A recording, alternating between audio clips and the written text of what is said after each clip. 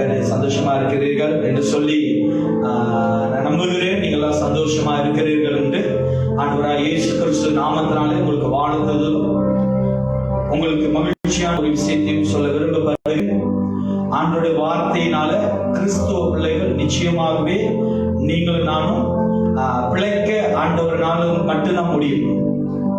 நிச்சயமாகவே நம்ம பிழைப்போம். ஆமென். ஆண்டவரை நம்புகிற ஒரு பிள்ளைகளையும் ஆண்டவர் ஒருபோது வெட்கப்படுத்துவதே இல்லை, நம்ம வெட்கப்பட்டு போவதே இல்லை. அதனால இன்னைக்கு ஆண்டவரை நம்புகிற ஆண்டவருடைய பிள்ளைகள் உங்களுக்கு ஒரு வாழ்த்துதலை சொல்லுகிறேன். நிச்சயமாகவே தேவனுடைய வாயிலிருந்து புறப்படுகிற ஒவ்வொரு வார்த்தையினாலும் நீங்களும் நானும் பிழைப்போம். அதை நம்புங்க, அதை விசுவாசிங்க. நிச்சயமாகவே ஆண்டவர் இன்னைக்கு உங்களுக்கு மேன்மையான காரியத்தை செய்வாராக. நம்ம விரிவாக கர்த்தருடைய வார்த்தைகளுக்கு போவோமாக.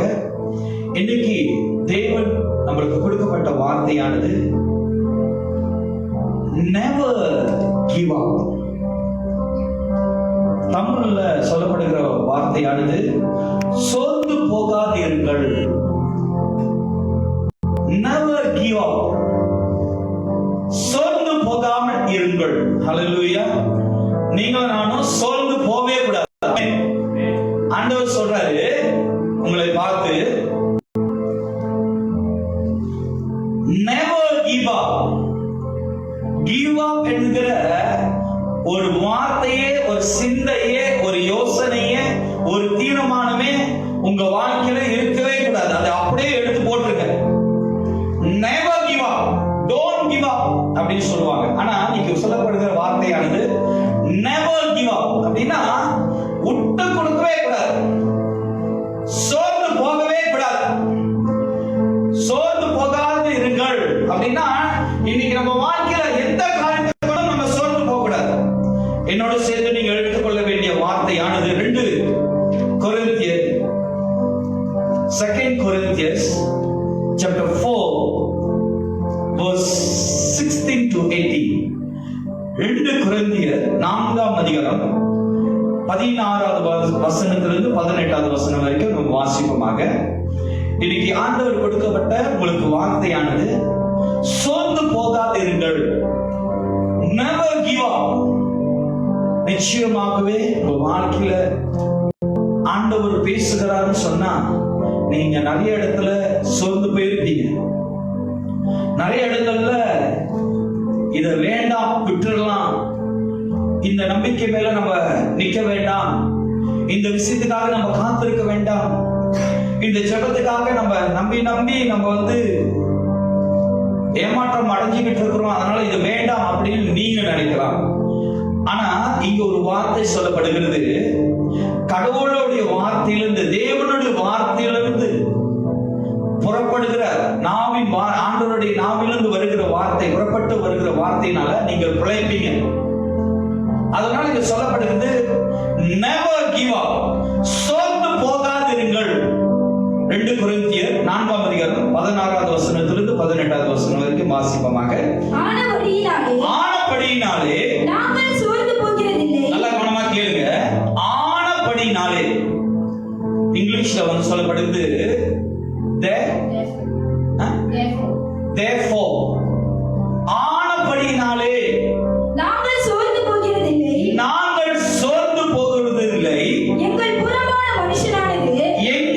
புறம்பான மனுஷனானது அழிந்து, நல்லா கவனமா கேளுங்க, எங்கள் புறம்பான மனுஷனானது அழிந்தும் உள்ளான மனுஷனானது நாளுக்கு நாள் புதிதாகப்படுகிறது. மேலும் காணப்படுகிறது அல்ல, காணப்படாதவைகளை நோக்கி. நல்ல கவனமா கேளுங்க. நம்ம எப்பவுமே நடக்கிறத பார்த்து இப்படி, அதுக்கு ஒரு பழமொழி வேற எப்பயுமே சொல்லிக்கோ, காதால் கேட்பதும் போய், கண்ணால் பார்ப்பதும் போய், தீர விசாரிக்கிறதே மெய் அப்படின்னு. அதை கேட்டு நம்மள என்ன பண்றோம், அதுலயே ஊறி போயிட்டோம்.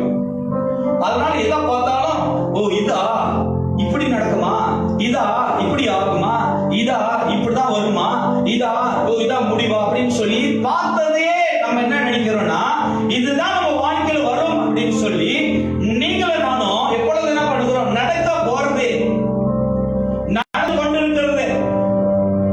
சரிங்களா? நீங்க பார்த்து கொண்டு இருக்கிறத என்ன பண்றீங்க? அதுக்கு ஒரு சொல்யூஷன், அதுக்கு ஒரு முடிவை கட்டுறீங்க, இதுதான் அப்படின்னு. ஆனா அங்க வசனம் நல்லா போட்டிருக்கு. 16வது வசனத்தை வாசிங்க. ஆனபடியால் நாங்கள் சோர்ந்து போகிறதில்லை,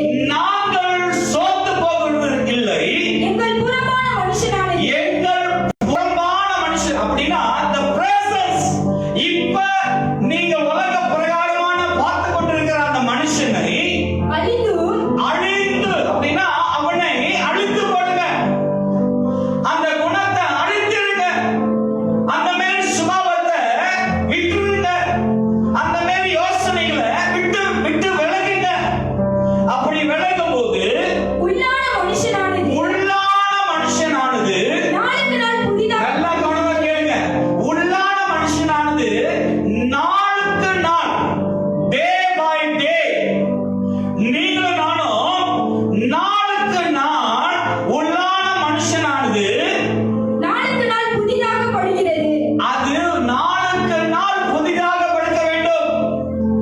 அந்த மனுஷன் புதிதான் அப்படின்னா you must think of a God new miracle.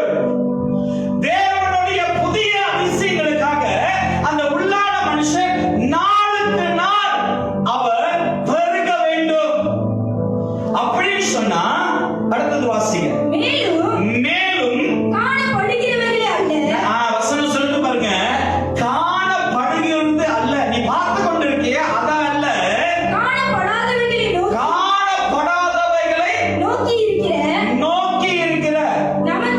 நமக்கு அதிசீக்கிரத்தில் நீங்கும். நல்ல கவனமா கேளுங்க.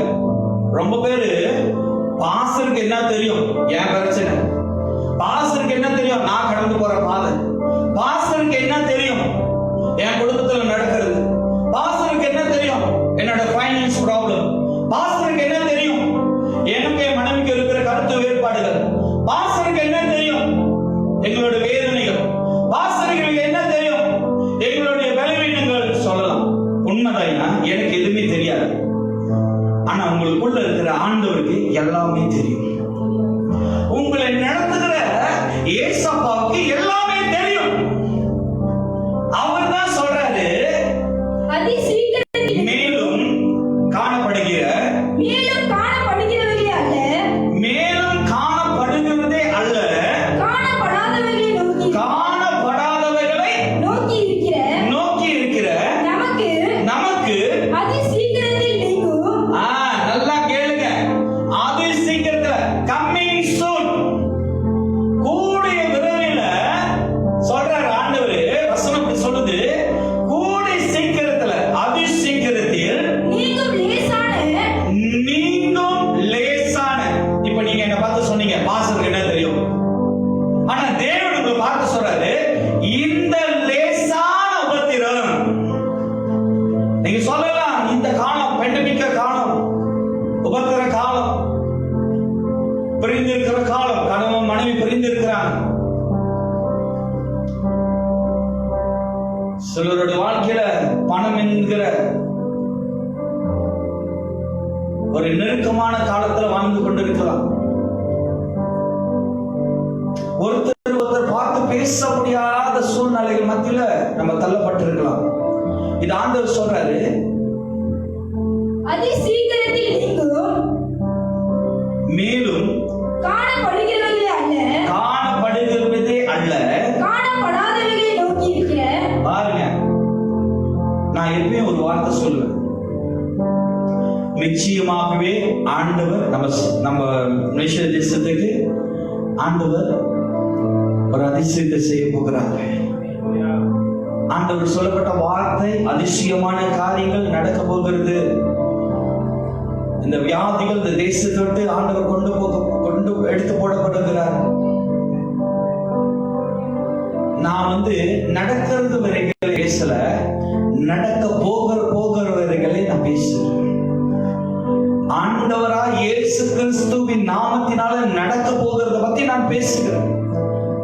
இந்த தேசத்துல ஆண்டவர் இந்த அற்புதத்தை செய்ய போகிறார். இந்த தேசத்தை விட்டு இந்த கொரோனா வியாதிகளை இயேசுவின் நாமத்தினால ஆண்டவர் இந்த தேசத்திலிருந்து முற்றிலுமா எடுத்து போட போகிறார். அது வேரோடு புடுங்கி ஆண்டவர் இந்த தேசத்தை விட்டு பாதாளத்துல எரியும்படி ஆண்டவர் செய்ய போகிறார். அதுதான் 17வது வசனத்துல நோக்கி இருக்கிற நமக்கு அது சீக்கிரத்தில் நீங்கும் லேசான நம்முடைய உபத்திரம். நல்லா கவனமா கேளுங்க. ஆண்டவர் நிச்சயமா தெரியும் உன்னோட உபத்திரம். நிச்சயமா தேவனுக்கு தெரியும் உன்னுடைய பாடு. நிச்சயமா ஆண்டவருக்கு தெரியும் உன்னுடைய கண்ணீர். நிச்சயமா தெரியும் ஆண்டவருக்கு உன்னுடைய எல்லா விதமான வேதனைகளும் ஆண்டவருக்கு நிச்சயமா தெரியும். அதை ஆண்டவர் சொல்றாரு, அதி சீக்கிரத்தில் நீங்கும் லேசான நம்முடைய உபத்திரவமானது மிகவும் அதிகமான நித்திய கன மகிமை உண்டாக்குகிறது. ஏனெனில் நல்ல கவனமா கேளுங்க. ஏனெனில் காணப்படுகிறவர்கள் அந்நித்தியமானவைகள் காணப்படாதவைகளோ நித்தியமானவைகள். நல்ல கவனமா இந்த வசனத்தை படிங்க. நீங்க படிக்காதனாலதான், இந்த வசனத்தை கேட்காதனாலதான், இந்த வசனத்தை மேல உங்களுடைய நம்பிக்கை வைக்காதனாலதான், இந்த வசனத்தை நீங்க தியானம் பண்ணாதனாலதான் நடக்கிறதே பார்த்து பார்த்து பார்த்து உங்களுடைய ஆவி நடக்கிற காரியத்தின் மேலே சுத்தி கொண்டே இருக்கு. நடக்கவர்களை பார்த்து சிந்திக்காதீங்க. நடக்க போகிறத நம்புங்க, சிந்திங்க. ஆண்டவரால் தேவன் சொல்றாரு, இது கொஞ்ச நாள் தான், லேசான உபத்திரவம். இதை ஆண்டவர்னால எல்லாம் மாற்ற முடியும். இன்னைக்கு ஆண்டவர் இந்த வசனத்தை உங்களை பார்த்து சொல்லுகிற 2 கொரிந்தியர் 4ஆம் அதிகாரம் 16வது வசனத்திலிருந்து 18வது வசனம் வரைக்கும், ஆனபடியே நீங்கள் சோர்ந்து போகிறதே இல்லை. Never give up. சோர்ந்து போகாதீங்க. ஏன் சொன்னா ஆண்டவர் சொல்றது லேசான உபத்திரவம். அந்த 18வது வசனத்தில் சொல்லப்படுகிறது, ஏனெனில் காணப்படுகிறவர்கள் அப்படின்னா அந்நித்தியமானதுன்னா அதுக்கு நிரந்தரம் இல்லை. நீ பார்த்து கொண்டிருக்க ஒவ்வொரு காரியமும், ஒவ்வொரு பாடுகளும், ஒவ்வொரு பிரச்சனைகளும் அது உன்னோட வாழ்க்கையில நிரந்தரம் அல்ல. அதை தேவன் அப்படியாக என்ன செய்வாரா? காணப்படாதவைகளோ அது ஆண்டவர் உங்களுக்கு நித்தியமா வைத்திருப்பார். இன்னைக்கு நம்ம என்ன தெரியுமா பண்றோம்? நித்தியமாய் வாழ்வு கொடுத்த ஆண்டவரை விட்டு காண முடியாத மறைஞ்சு போகிற மறைவுக்கு இருக்கிற அதை பிடித்துக் கொண்டு இருக்கும். இன்னைக்கு நம்ம வாழ்க்கையில ஏறீங்களா ஐயா?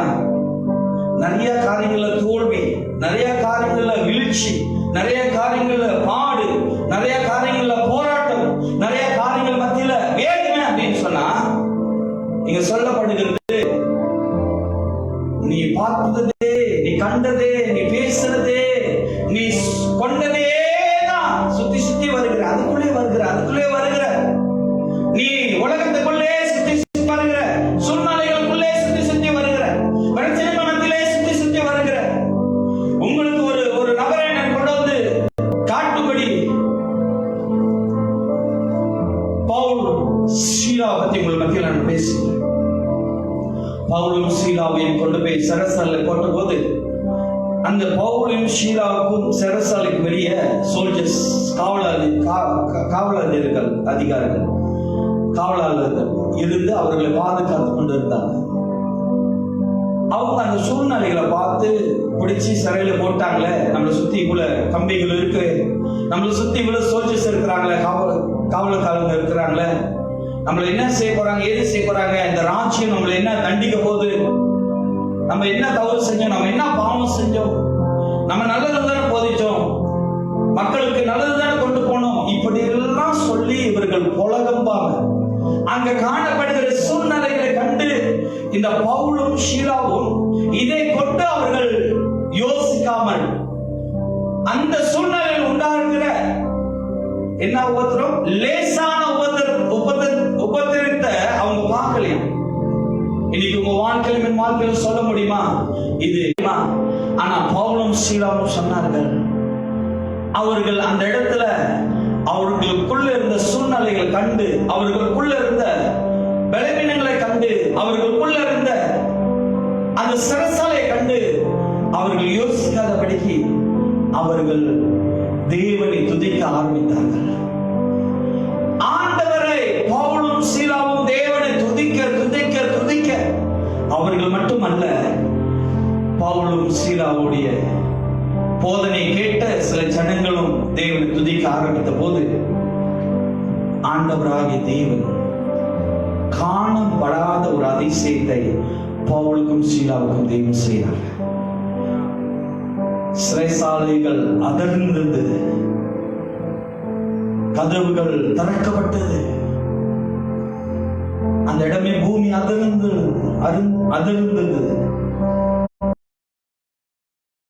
பக்கமாய் திரும்பினது. அங்க நின்ற சூழ்நிலைகள் எல்லாம் மாறுந்த போது ஆண்டவர் அங்க பவுலுக்கும் சீலாவுக்கும் தேவன் ஒரு நன்மை செய்திருந்தார். அதுபோல இன்னைக்கு நம்ம வாழ்க்கையிலும் ஆண்டவரை நீங்கள் உயர்த்தும் போது, கனப்படுத்தும் போது, ஆண்டவரை நீ மகிமைப்படுத்தும் போது உன் வாழ்க்கை இருக்கிற லேசான உபத்திரவங்கள், காணப்படாத அதிசயமான காரியங்கள் கர்த்தர் உனக்கு செய்வார். But never give up. சோர்ந்து போகாம இருங்க. நீங்க எந்த காரியத்தை give up அப்படின்னா சோர்ந்து போகிறத கொண்டு வருகிறது பிசாசானவன். சோர்வுகளை கொண்டு வருவான், நண்பர்கள் மூலமாக கொண்டு வருவான். இது முடியாது, இது முடியாது, இது முடியாது, இது நடக்காது. அதுக்கு ஒரு ஸ்டோரி சொல்லுவாங்க. என்னுடைய தெரிஞ்ச நண்பர் இப்படி போனார், அப்படி போனார், விழுந்தார், இன்னைக்கு பேங்க்ரப்ட் ஆயிட்டாரு. எனக்கு தெரிஞ்ச ஒரு சிஸ்டர் இப்படி போனாங்க, அப்படி போனாங்க, இப்படி போனாங்க, இன்னைக்கு அவங்க லைஃப் ஸ்பாயில் ஆயிடுச்சு. எனக்கு தெரிஞ்ச இந்த நபர் இப்படி செஞ்சார், அப்படி செஞ்சார், இப்படி பண்ணாரு, எனக்கு தெரியும் அவர் நல்லா. உலகத்தில் இருக்கிறவனை காட்டிலும் உன்னில் இருக்கிற தேவன் அவர் பெரியவர். இன்னைக்கு உங்களுக்குள்ள இருக்கிற அந்த தேவன் சொல்லுகிறார், மேலும் 17 மேலும் காணப்படுகிறவர்களே அல்ல காணப்படாதவர்களை நோக்கி சீக்கிரத்தில் நீங்கும் லேசான நம்முடைய உபத்திரவங்கள் மிகவும் அதிகமாக நித்திய கனமகிமையை உண்டாக்கும். யாருக்கு? நீ நானும் நித்தியமான கனமகிமை யாருக்கு தெரியுமா உண்டாக்கணும்? உங்களுக்கோ, உங்க குடும்பத்துக்கோ, இல்ல உங்க சபைக்கோ, உங்க பாதருக்கோ அல்ல. நீங்கள் நித்தியமான கனமகிமையை ஆண்டவராய் இயேசு கிறிஸ்துவுக்கு அந்த கனமகிமையை கொடுத்துதான் ஆகணும். அந்த கனமானது, அந்த மகிமையானது தேவனுக்கு. நீ அந்த இடத்துல give up பண்ணன்னு சொன்னா, நீ அந்த இடத்துல சோர்ந்து போனன்னு சொன்னா, அந்த இடத்துல நீ அவமானப்படுத்துறது யாரு தெரியுமா? உனக்குள்ள இருக்கிற ஜீவிக்கிற உன்னோட தேவனை நீ வெட்கப்படுத்துற. அதனால ஆண்டவர் சொல்லுகிற வார்த்தை, சோர்ந்து போகாமல் இருங்கள். எதை குறித்தும் never give up. Don't give up. எந்த காரியங்கள் வந்தாலும் give up பண்ணாதீங்க, சோர்ந்து போகாதீங்க. ஏன் சொன்னா,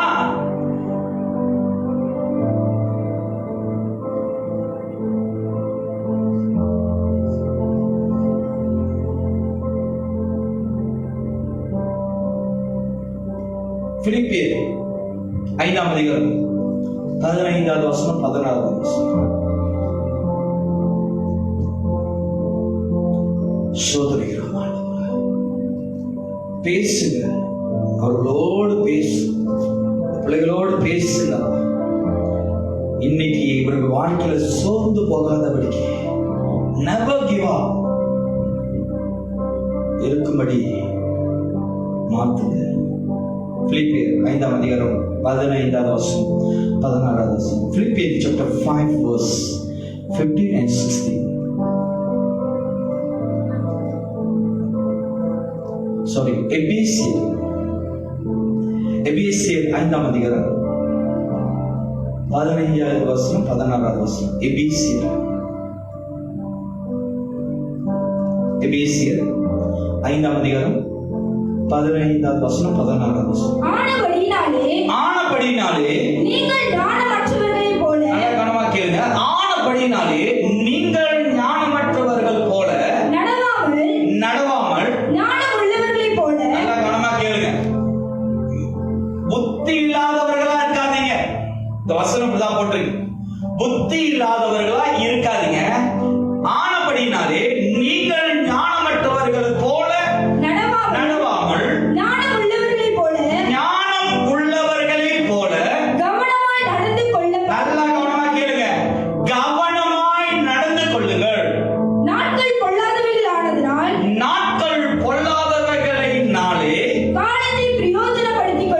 காலத்தை பிரயோஜனப்படுத்திக் கொள்ளுங்கள்.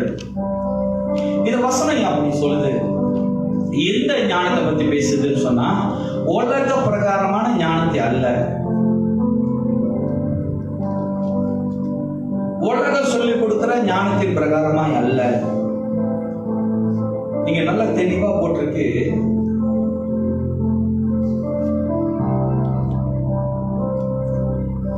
மரியாள், இயேசுவோட அம்மா மரியாள் இயேசுகிட்ட வந்து சொல்றாங்க, இந்த கல்யாணத்துல திருமணத்துல திராட்சை ரசம் முடிஞ்சிருச்சு, அதனால நீங்க ஒரு காரியத்தை உன்னால செய்ய முடிஞ்சா செய் அப்படின்னு சொல்லி மரியாள் வந்து இயேசுகிட்ட வந்து கேட்கும்போது இயேசு சொன்னாரு, என் நேரம் இன்னும் வரவில்லை. நிச்சயமாக மரியாளுக்கு தெரியும், இயேசுனால் செய்ய முடியாத ஒன்றும் இல்லை. ஆனாலும் இயேசு என்ன சொன்னாரு, என் நேரம் இன்னும் வரவில்லை. அதோட அர்த்தம் என்ன அப்படின்னா, மரியாள் ஒருவேளை மாமிச பிரகாரமாய் அந்த தேவைகள், அங்க தேவைப்படுகிற திராட்சை ரசம் மனுஷனுடைய தேவையினால வந்து இயேசுகிட்ட வந்து அவங்க பேசியிருக்காங்க. ஒருவேளை மரியாதை திருப்தி பண்ணும்படி இயேசப்பா எந்த ஐடியா வேணா கொடுத்திருக்கலாம், இது மனுஷனுடைய சிந்தை. ஆனா அந்த இடத்துல இயேசப்பா மனுஷனுடைய சிந்தையின்படி அவர் பேசாமல் அவர் என்ன பண்றாரு, தேவனுடைய சிந்தையின்படி அவர் என்ன சொல்றாருன்னா, என்னுடைய நேரம் இன்னும் வரவில்லை. அதற்கு மரியாதை வந்து வேலைக்காரங்களை பார்த்து என்ன சொல்றாரு, அவர் என்ன சொல்றாரோ அதை செய்யுங்கள் என்று சொல்லி மரியாதை போன பிறகு சில நேரங்கள் கரைத்து ஆண்டவர் அந்த வேலைக்காரர்களை தொட்டு அந்த கச்சாடிகள் எல்லாம் தண்ணீர் நிரப்ப சொல்லுகிறாரு. நிரப்ப சொல்லிய பிறகு ஆண்டவர் வானத்துக்கு நேராக கரங்களை உயர்த்தி அந்த தண்ணீரை காய்ச்சி ஜெபிக்கிறாரு. ஜெபித்த பிறகு அந்த தண்ணீரை கொண்டு போய் எல்லாருக்கும் கொடுக்க சொல்றாரு. கொடுத்த போது அந்த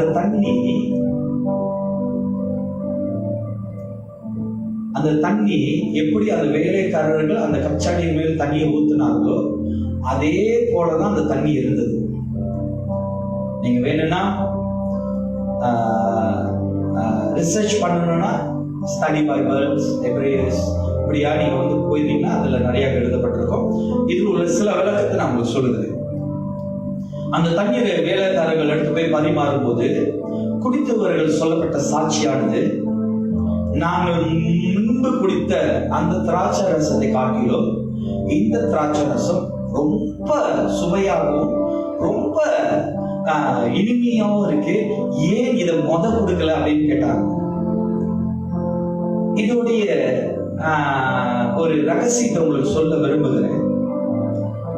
மனுஷன் காட்டுகிற செய்கிற அதிசயங்களை காட்டிலும் தேவன் செய்கிற அதிசயமானது அது மாறாது, அது மறையாது, அதுக்கு முடிவே கிடையாது.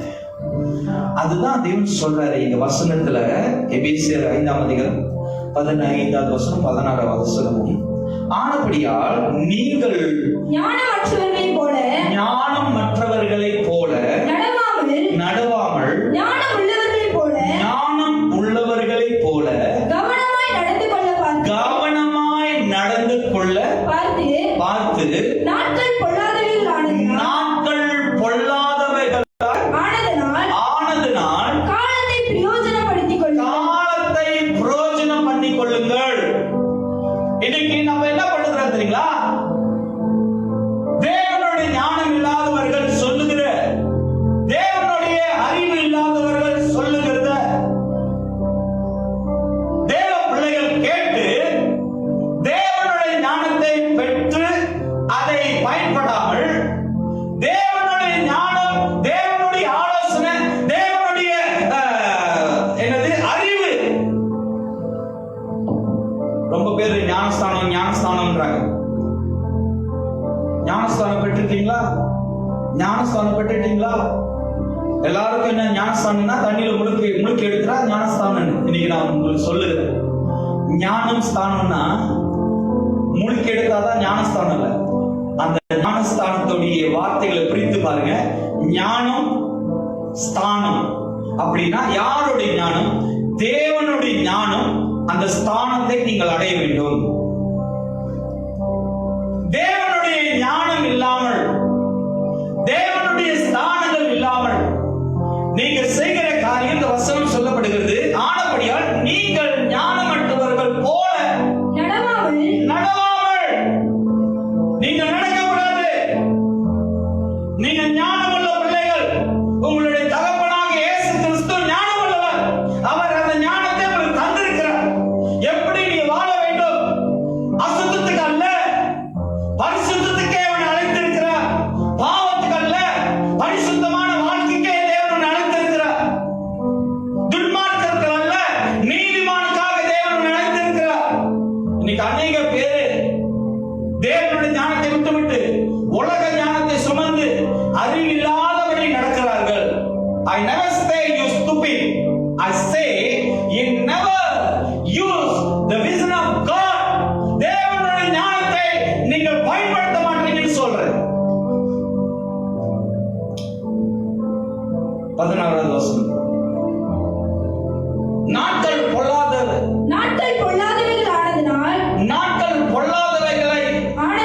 ஆனதினால் காலத்தை பிரயோஜனப்படுத்திக் கொள்ளுங்கள்.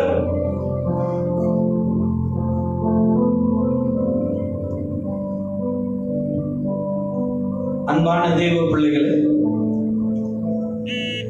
கர்த்தர் நல்லவர், அவர் கிருபை என்றும் உள்ளது, அவர் நன்மையை செய்கிற தேவன். உன்னுடைய ஆயுசு நாட்கள் இவ்வளவுதான் அப்படின்னு சொல்லி நீயும் நானும் என்ன முடியாது, யோசிக்க முடியாது. கர்த்தருடைய சித்தம் வரும்போது அதுக்கு அழைக்கப்பட்டவர்களா இருந்தீங்கன்னா எடுத்துக்கொள்ளப்படுவீங்க. அந்த நாட்களுக்கு நீங்கள் எப்படி இருக்கணுமா? வசனம் எப்படிப்பட்டிருக்கு? காலத்தை பிரயோஜனம் பண்ணிக் கொள்ளுங்க. நாட்கள் பொல்லாதது. நேற்று பார்த்தவர்கள் இன்னைக்கு இல்ல. போன மாசம் பேசினவர்கள் இன்னைக்கு இல்ல. நானும் போன மாதத்துல எவ்வளவு மரணங்களை பார்த்தேன். சில மரணங்கள் நான் பார்க்க முடியுது, சில மரணத்துக்கு போக முடியல. சில மரணத்தை கேட்கும் போது வேதனை. ஏன் இந்த மனுஷனுடைய வாழ்க்கையில இப்படிப்பட்ட சூழ்நிலைகள் வந்தது? ஏன் இந்த மனுஷனுக்கு திடீர் மரணம் வந்தது?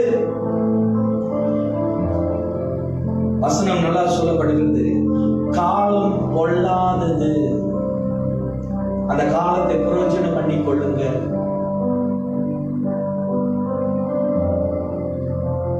அன்னைக்கு என்னுடைய தெரிந்த ஒரு நபரோடு பேசிக் கொண்டிருக்கும் போது, அது ஒரு ஆண்டி, அந்த ஆண்டி சொல்லிட்டு இருக்கிறாங்க, அவங்களுக்கு தெரிஞ்ச அவங்களுடைய மகன் தவறான ஃப்ரெண்ட்ஸ் கூட ஒரு பழக்கம்.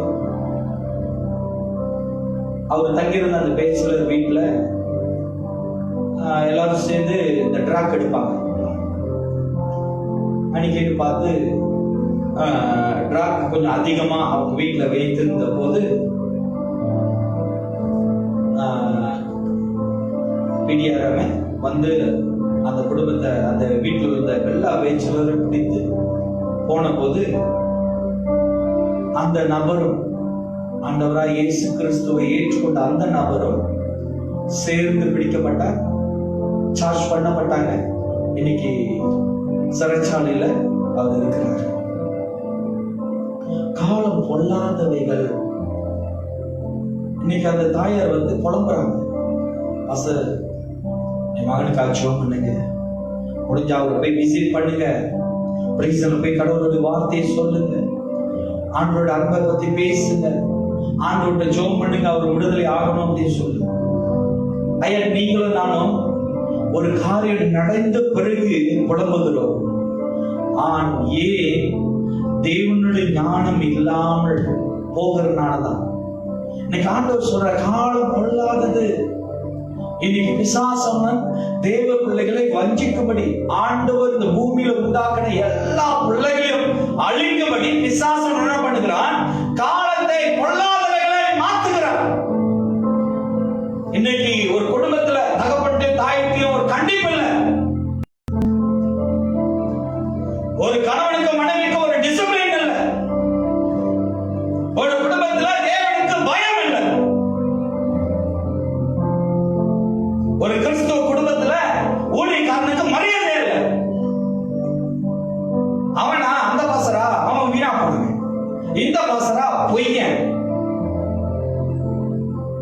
நீ யாருக்கு விரோதமாய் பேசுகிறாய்?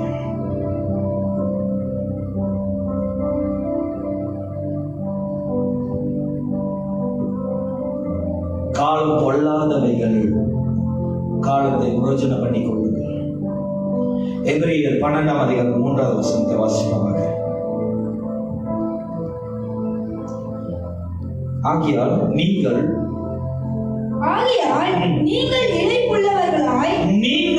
இளைப்புள்ளவர்களாய் உங்கள் ஆத்துமாக்களில், நல்ல கவனமா கேளுங்க, நீங்கள் இளைப்புள்ளவர்களாய் உங்கள் ஆத்துமாக்களில் சோர்ந்து போகாதபடி உங்க ஆத்மாவை never give up. சோர்ந்து போக விடாதீங்க. தேவனால் ஆகும், தேவனால் நடக்கும், தேவன் செய்வார். ஆத்மாவை எப்பொழுதும் உற்சாகப்படுத்திக்கொண்டே இருங்க. அதுக்கு ஒரு டிப்ஸ் உங்களுக்கு கொடுக்கிறேன். நல்லா ஆண்டவருடைய பாடலை கேளுங்க.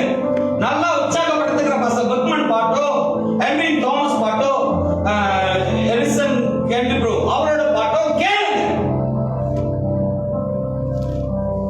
சோர்வு பண்ணுகிற பாடலும், பாவத்தில் விழுகிற பாடலும், போத்தையும் கையுமா இருக்கிற பாடலும் கேட்டீங்கன்னா கண்டிப்பா அந்த ஆத்மா சோர்ந்துதான் போகும். சோர்ந்து போறது என்ன? நரகத்துல விழுந்துடும். ஆவியை உற்சாகப்படுத்துற பாடலை கேளுங்க. இரண்டாவது, அந்த ஆத்மா உற்சாகப்படுகிற வார்த்தையை கேளுங்க. அப்படின்னா வசனத்தை நல்லா கேளுங்க, படிங்க. அப்பதான் அந்த ஆத்மா பலனா இருக்கும், உற்சாகமா இருக்கும். அப்பதான் அந்த ஆத்மா எழுப்பி நிற்கும். மூன்றாவது, அந்த ஆத்மாவுல விசுவாசமா பேசுகிற நபரை தேடி,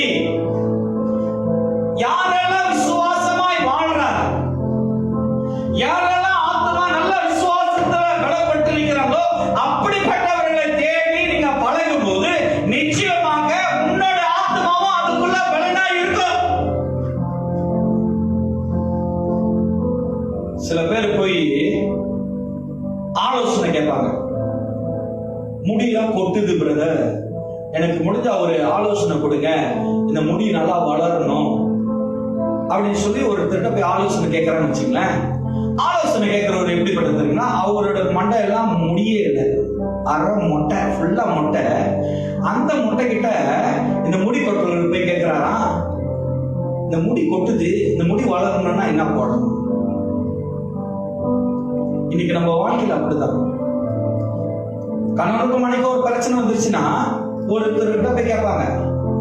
அவர் குடும்பத்தை ஒழுங்கா நடத்த மாட்டார். அவங்க கணவன் மனைவிக்குள்ளே ஊர்பட்ட பிரச்சனை இருக்கும், 1000 பிரச்சனை இருக்கும். அவர்கிட்ட போய் ஆலோசனை கேட்டா அவர் என்ன சொல்லுவாரு?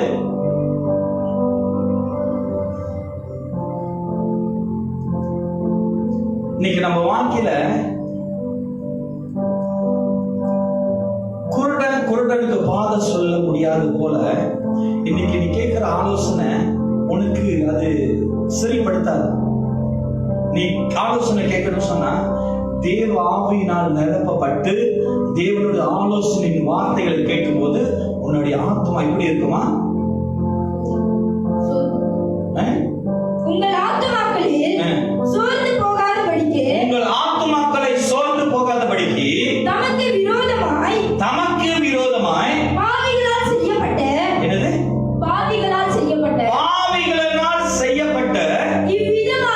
இவ்விதமான விபரீதங்களை சகித்த அவரையே நினைத்துக் கொள்ளுங்க. யாரை நினைக்கணுமா? ஆண்டவரா இயேசு கிறிஸ்துவை நீங்க நினைத்து பார்க்கணுமா? பாவங்களை சகித்த இவ்விதமான விபரீதங்களை சகித்த அவரையே நினைத்துக் கொள்ளுங்க. ரொம்ப பேர் சொல்லுவாங்க, நான் எப்படி இதுல கடந்து போறது? நாங்க உங்களுக்கு ஒரு காரியத்தை சொல்ல விருப்பப்படுகிறேன். ஒரு மலையை நீ பெருசா பார்த்தீங்கன்னா அந்த மலை எப்பொழுதும் உனக்கு பெருசா தெரியும். அந்த மலையை எப்பொழுதும் உன்னோட சின்ன இந்த மேல் கையை மடக்கி இதுல பாரு, அந்த மலை சின்னதா தெரியும். எப்பயுமே உனக்குள்ள இருக்கிற பிரச்சனைகளை பெருசா பார்க்கறத விட்டுவிட்டு உனக்குள்ள இருக்கிற தேவனை எப்பொழுதும் பெருசா பாரு. எப்பயும் பார்த்து சொல்லு, என் பிரச்சனைகளை காட்டிலும் எனக்குள்ள இருக்கிற தேவன் அவர் பெரியவர். எனக்கு வருகிற பாடுகளை காட்டிலும் எனக்குள்ள இருக்கிற தேவன் பெரியவர். எனக்கு உண்டாக இருக்கிற பிரச்சனைகளை, எனக்கு உண்டாக இருக்கிற ஒவ்வொரு பாடுகளை காட்டிலும் என்னில் இருக்கிற தேவன் பெரியவர் நீ சொல்லும் போது, எப்படி செங்கடல்கள் விளக்கப்பட்டதோ, எரியோ மதில்கள் எப்படி உடைக்கப்பட்டதோ, தகர்க்கப்பட்டதோ, அது போல உன் வாழ்க்கையில் இருக்கிற எல்லா பாவங்களையும், எல்லா மீறுதல்களும் தேவன் உன்னை விடுதலை ஆக்குவார். Never give up. சோர்ந்து போகாமல் இருக்க. நீதிமொழிகள் 24ஆம் அதிகாரம் 16ஆவது வசனம். Proverbs chapter 24 verse 16. நீதிமொழிகள் 24ஆம் அதிகாரம் 16ஆவது வசனம். Proverbs chapter 24 verse 16. நீதிமான் 7 தரம் விழுந்தாலும், நல்லா கவனமா கேளுங்க, இதான் கடைசி வாசனம். நீதிமான் 7 தடவை விழுந்தாலும் திரும்பவும் எழுந்திருப்பான். துன்மார்க்கரோ தீங்கிலே இடருண்டு கிடப்பார்கள். நல்லா கவனமா கேளுங்க. உனக்கு சொல்லுவாங்க ஆலோசனை, இது முடியாது, இது ஆகாது, இது நடக்காதுன்னு. அவன் துன்மார்க்கன். யார் உன்கிட்ட சொல்றான்? இல்ல தேவனால் முடியும், இல்ல ஆண்டவர் அற்புதம் செய்வார், தேவன் சுகம் தருவார், ஆண்டவரால் முடியாது ஒன்றுமில்லை, எவன் உன்கிட்ட சொல்றானோ அவன் வார்த்தையை கேட்டு நீ 7 தடவை விழுந்தாலும் நீ எழுந்திருப்பாய் வசனம் சொல்லு. அதுக்கு பேர் என்ன தெரியுங்களா? நீ நான் நீதிமான்கள். நீதிமானாய் தேவன் அழைக்கப்பட்டிருக்கிறாய். நீ 7 தடவை விழுந்தாலும், உங்களுக்காக திருப்பி சொல்றேன், நீ 8 தடவை விழுந்தாலும் நிச்சயமாக உன்னால் எழுந்திருக்க முடியும். அதனால இன்னைக்கு ராத்திரி வேளையில தேவன் சொல்றது, never give up. சோர்ந்து போகாமல் இருங்கள். எதை குறித்தும் எந்த காரியத்தை கொண்டும் சோர்ந்து போகாதீங்க. பிசாசுக்கு இடம் கொடுக்காதீங்க, சோர்வுகளுக்கு இடம் கொடுக்காதீங்க, தோல்விகளுக்கு இடம் கொடுக்காதீங்க, பிரச்சனைகளுக்கு இடம் கொடுக்காதீங்க, முக்கியமா பாவத்துக்கு இடம் கொடுக்காதீங்க. ஏன் தெரியுங்களா? ஆண்டவர் சொல்லுகிறார், சோர்ந்து போகாமல் இருங்கள். இந்த வேளையில நம்ம யாவரும் கண்ணு மூடி வேணாமாய் ஆண்டவரை துதித்து தொழுது கொள்ளுமாக. வீட்டில் நீங்கள் இருக்கலாம், இல்லை இங்க வந்திருக்கிறவர்கள் உங்கள் கையில் கரத்தில் திருவிருந்த ஆயத்தப்படுத்தும். கர்த்தர் பெரியவர், அவர் என்று மாறாதவர். இன்னைக்கு ஆண்டவர் சொல்லப்பட்ட வார்த்தை, சோர்ந்து போகாமல் இருங்கள்.